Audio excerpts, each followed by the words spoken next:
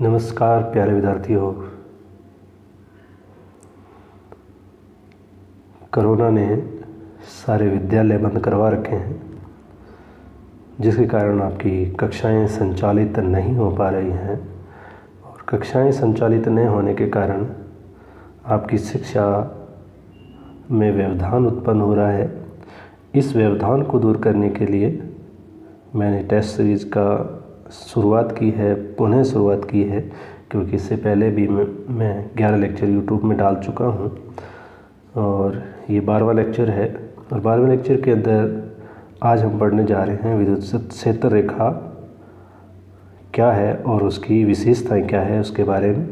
तो सबसे पहले हम बात करते हैं विद्युत क्षेत्र रेखा की परिभाषा की।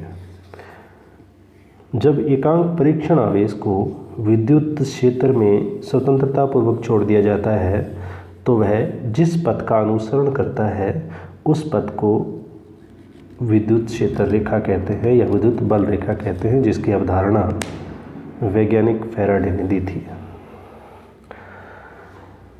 समझते हैं इस परिभाषा को कि मान लेते हैं कि ये कोई धनावेश है और इस धनावेश के कारण इसके चारों तरफ क्या है, विद्युत क्षेत्र है। इसके चारों तरफ क्या है, एक विद्युत क्षेत्र उत्पन्न हुआ है। इस विद्युत क्षेत्र में हम एकांक परीक्षण आवेश जो पॉजिटिव होता है और जिसका जो परिमाण होता है बहुत कम होता है,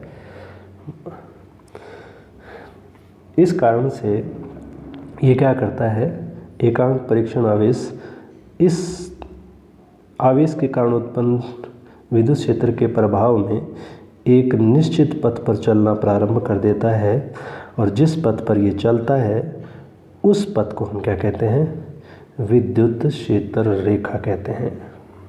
यानी कि परीक्षण आवेश विद्युत क्षेत्र के प्रभाव में जिस पथ पर चलता है उस पथ को हम क्या कहेंगे, विद्युत क्षेत्र रेखा कहेंगे। अब हम बात करते हैं विद्युत क्षेत्र रेखाओं की विशेषताएं। विद्युत क्षेत्र रेखाओं की विशेषताएं और उसके महत्वपूर्ण तथ्य है, इसके महत्वपूर्ण गुणधर्मों के बारे में हम पढ़ेंगे।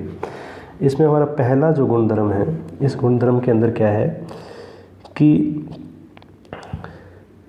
विद्युत क्षेत्र रेखा या विद्युत बल रेखा के किसी बिंदु पर खींची गई स्पर्श रेखा उस बिंदु पर विद्युत क्षेत्र की तीव्रता को प्रदर्शित करती है। कि मान लेते हैं कि ये कोई विद्युत क्षेत्र रेखा है, इस विद्युत क्षेत्र रेखा है और एक वक्राकार रेखा है, ये मान लिया है वक्र रेखा है। और इस वक्र रेखा के किसी भी बिंदु पे मान लेते हैं कि ये बिंदु है, इस बिंदु पे मान लेते हैं कि ये बिंदु है, इस बिंदु पे हम कोई स्पर्श रेखा खींचते हैं और स्पर्श रेखा जिस दिशा में होगी उसी दिशा में विद्युत क्षेत्र की तीव्रता की दिशा होगी। वो क्या है, विद्युत क्षेत्र की तीव्रता की दिशा को व्यक्त करेगा। तो ये तो था हमारा विशेषता एक, पहली विशेषता। हम चलते हैं दूसरी विशेषता के अंतर्गत। दूसरी विशेषताओं में क्या होता है कि विद्युत बल रेखा धनावेश से शुरू होकर ऋणावेश पर खत्म हो जाती है। विद्युत बल रेखा धनावेश से शुरू होकर ऋणावेश पर समाप्त हो जाती है। तो बात करते हैं हम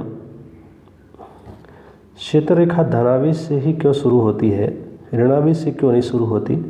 क्योंकि हम बात कर रहे थे पॉजिटिव टेस्ट चार्ज की, क्योंकि हमने जो विद्युत क्षेत्र लिया धनात्मक आवेश के कारण लिया और इसी के अंदर एकांक धनावेश जिस पथ पर गति करता है, यहाँ पर नेगेटिव होता तो विपरीत चलता। अगर एकांक धनावेश के जिस पथ पर गति करता है उस पथ पर इन दोनों में प्रतिकर्षण होगा। इसका मतलब है कि ये इसके चलने का जो पथ होगा ऐसा होगा। यानी कि हम ये मानेंगे कि जो विद्युत क्षेत्र रेखा है वो धनावेश से निकल रही है और क्योंकि ये पॉजिटिव चार्ज है, ये क्या है, पॉजिटिव चार्ज है और ये क्या है, नेगेटिव चार्ज है। दोनों के बीच में आकर्षण होगा तो इसकी तरफ आकर्षित होगा। इस कारण विद्युत क्षेत्र रेखा यहाँ पे ख़त्म होगी और यहाँ से शुरू होगी। तो हम ये कह सकते हैं कि क्षेत्र रेखा जो है हमेशा, विद्युत क्षेत्र रेखा हमेशा क्या है, पॉजिटिव चार्ज से शुरू होती है और नेगेटिव चार्ज पे टर्मिनेट हो जाती है, ख़त्म हो जाती है। इसके बाद हम बात करते हैं तीसरे बिंदु पर। तीसरा बिंदु हमारा कहता है एकल आवेश उपस्थित है तो क्षेत्र रेखाएं अनंत से शुरू होती हैं और अनंत पर ही समाप्त हो जाती हैं।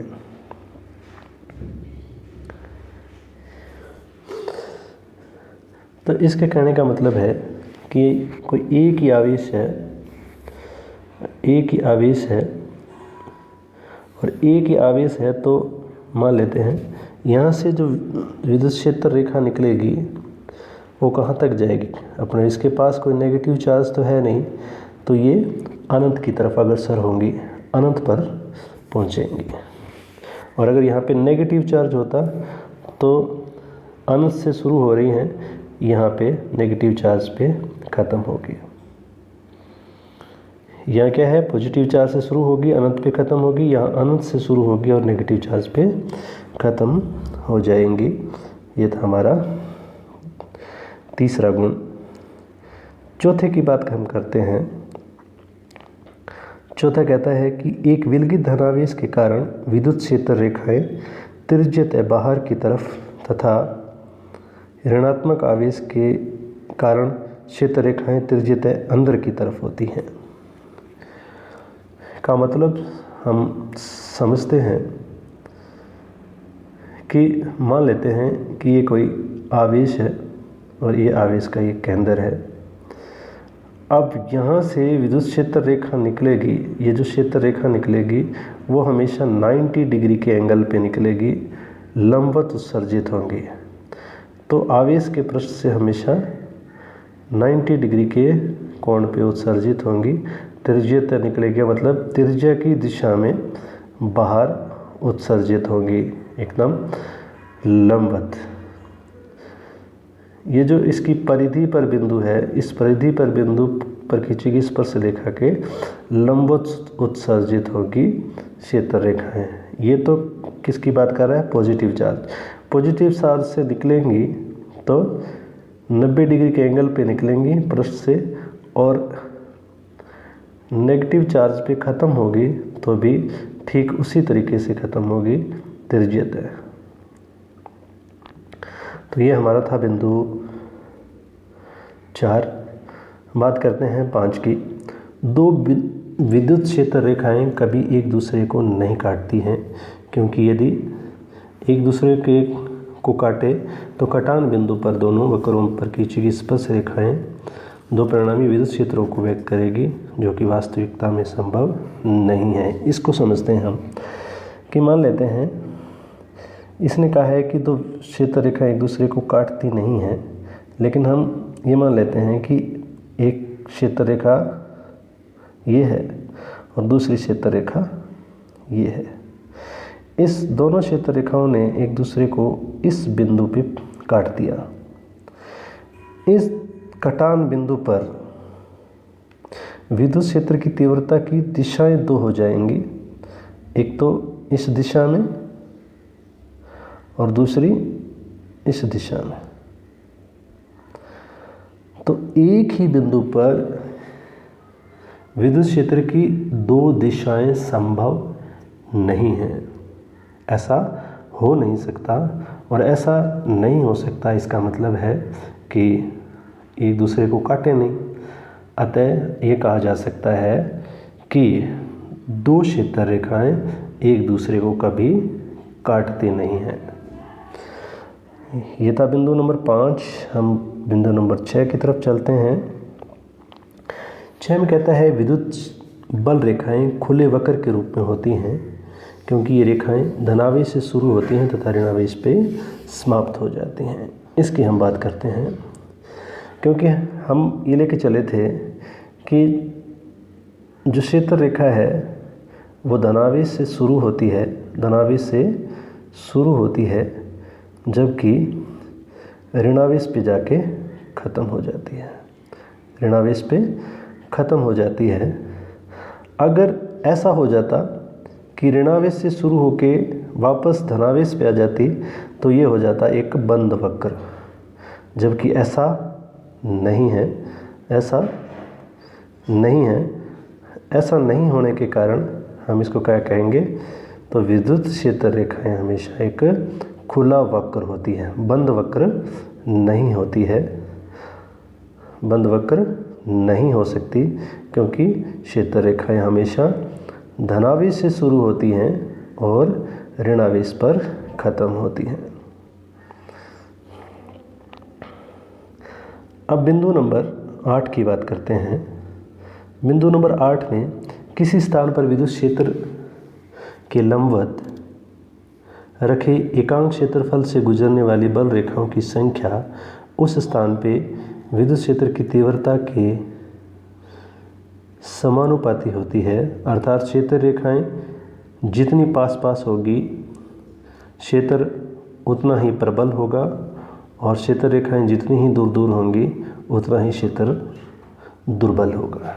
का मतलब है कि हम बात करते हैं कि दो क्षेत्र रेखाएं, एक ही क्षेत्र रेखा है, एक ही क्षेत्र रेखा है, एक ही क्षेत्र रेखा है, और ये हमने अनुप्रस्थ एक काट क्षेत्रफल ले लिया। इस काट क्षेत्रफल से गुजरने वाले क्षेत्र रेखाएं ये हैं। दूसरा हमने काट क्षेत्रफल ये ले लिया, इससे गुजरने वाली क्षेत्र रेखाओं की संख्या अधिक है, ये ए है और ये बी है। अब दोनों क्षेत्रफल एक जैसे हैं, ये क्षेत्रफल और ये क्षेत्रफल ए और बी दोनों एक जैसे हैं, जबकि इनसे गुजरने वाली विद्युत क्षेत्र रेखाओं की संख्या ए में अधिक है जबकि बी में कम है। इस कारण से हम कह सकते हैं कि ए जो क्षेत्रफल ए है यहाँ पर विद्युत क्षेत्र की तीव्रता प्रबल है, जबकि बी पर विद्युत क्षेत्र की तीव्रता प्रबल नहीं है, दुर्बल है। प्रबल नहीं है तो क्या है, दुर्बल है। हम पहुंच गए हैं बिंदु नंबर 9 पे। एक क्षेत्र रेखा जिस बिंदु आवेश से प्रारंभ होती है उसी पर समाप्त नहीं होती। एक क्षेत्र रेखा जिस बिंदु से प्रारंभ होती है उसी आवेश पर समाप्त नहीं होती। विद्युत क्षेत्र रेखा कभी भी बंद लूप नहीं होती है। ये बात हमने पहले भी कर दी, पहले भी मैंने बता दिया कि जो विद्युत क्षेत्र रेखा है वो हमेशा पॉजिटिव से शुरू होती है, पॉजिटिव चार्ज से शुरू होती है और नेगेटिव पे जाके ख़त्म हो जाती है।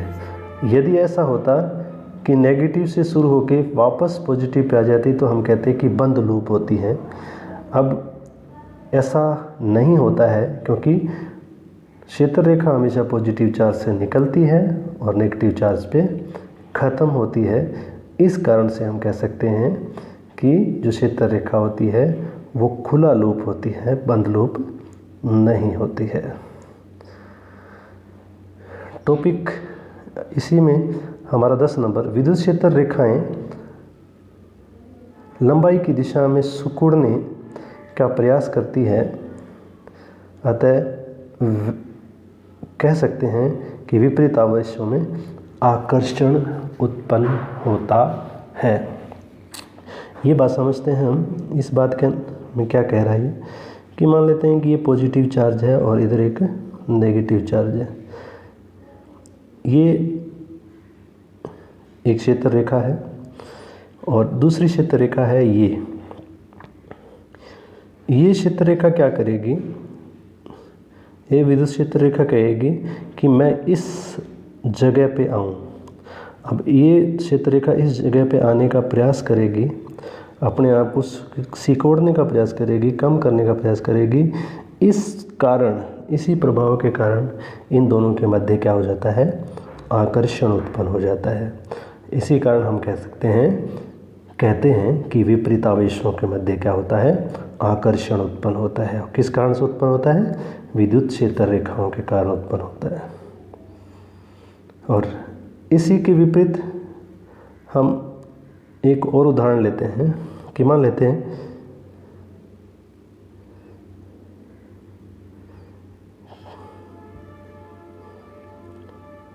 कि ये पॉजिटिव चार्ज है,